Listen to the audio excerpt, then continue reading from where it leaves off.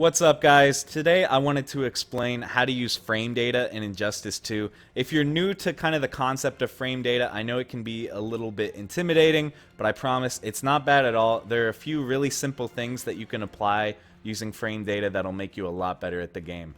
So first of all, if you go to the move list, you can see your character's frame data right here, which is awesome. I wish every game did this. So there on the right where it says frame data, we're only going to care about 3 numbers for this video. We're going to care about startup, block advantage, and hit advantage. So startup is the number of frames a move takes to come out. So a move like this, my standing 1, has very short startup. 6 frames is about as short as it gets in this game. So that means it comes out very quickly, right? As opposed to a move like my back 3, which has 29 frames of startup, which is a ton, so it comes out very slowly. So that's all the startup means. Block advantage and hit advantage are kind of the same thing. The only difference is whether the opponent is blocking or getting hit. And the idea here is that when someone blocks something or gets hit by something, they're stuck for a little bit, right? Like they're stuck in this animation of recovering. And they're going to recover from that relative to you, right? So if the number is positive on the advantage, and that means that you can start doing stuff while the opponent is still stuck. If the number is negative, it means that they can start doing stuff while you're still recovering from your move. And that means that you can get punished if that negative number is too high. So I'll kind of explain what I mean here.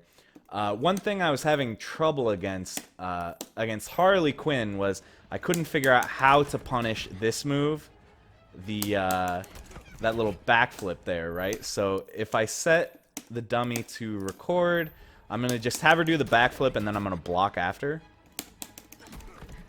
So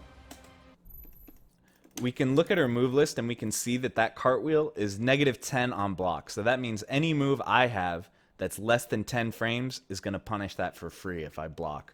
So we'll set that to playback, and then we'll look at my move list. Let's find something that's less than 10 frames of startup. We saw earlier my standing 1 is 6 frames, so that's definitely going to work. So let's try that out. So you can see it said counter on the screen. That means it's a clean punish. And so obviously off this, you know, you can do various combos like that. Let's see if we can find anything else. This is 9 frames of startup. That means it's going to be kind of a tight punish. You only have kind of 1 frame to sneak in there. But there's some wiggle room. It's not too bad. Let's see if we can... Yeah, there we go. So we got a counter there too. Did it a little slow that time. There we go. Not too bad. So if there's moves that you're having particular trouble dealing with, go into training mode, find out what the frame data is, see if it's punishable, and practice some punishes. So this is guaranteed, right, guys? Like if I block this cartwheel, I'm guaranteed to get damage on her. So it's super, super useful, and it'll make matchups a lot easier. And do the same for your own character. Find out which of your moves are punishable. And if something's unsafe on block, don't just throw it out randomly. Hit confirm into it. And if you haven't seen my hit confirm tutorial, there's a link up above. Check that out as well. So be sure to try to keep yourself safe. Don't put yourself into situations where the opponent's going to get a free punish on you. So in addition to punishing things on block, frame advantage can be used to apply pressure yourself. So an example I'm going to talk about today is Batman's string here. His 2-2 string is plus 12 on hit, which is pretty massive. I mean, some things are going to be higher than that, like this is plus 79, but the reason that it's so high is because it knocks down, and you can't hit people while they're knocked down, so you can't really take advantage of all that frame advantage. But this plus 12, they're still standing, and they're close to you, so this is pretty amazing. And the reason for that is, when I'm plus 12, if I hit them with any attack that's less than 12 frames of startup, so like his standing 1, he has to sit there and take it. He can only either get hit by it or block it. There's nothing else he can do. He can't stick out and attack. He can't jump. He can't do anything. So to show you kind of how to apply this, I'm going to set the dummy to do this to me, right?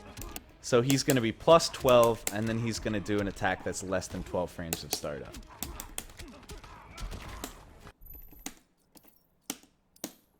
So then when I play that back, after I get hit by this, there's literally no way out. Like I can hold up, it's no good, I get hit. I can, you know, mash all the buttons in the world. It doesn't matter. I can even mash super. Nothing's gonna happen. All I can do is get hit by it, or I can block it. But, you know, he's mixing in a mix-up here, so I'm forced to take the mix-up. I'm forced to guess overhead or low.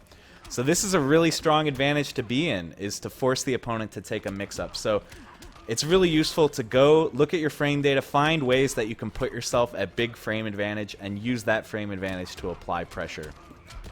So that's about it, guys. Obviously, there's a lot more that you can do with frame data, but today I just kind of wanted to talk about the basics, kind of get you over that hump of actually understanding what frame data is and what it's used for. So please let me know in the comments if you found this helpful, or if you have any questions. I will be happy to answer them. Thank you very much for watching, and have a good one.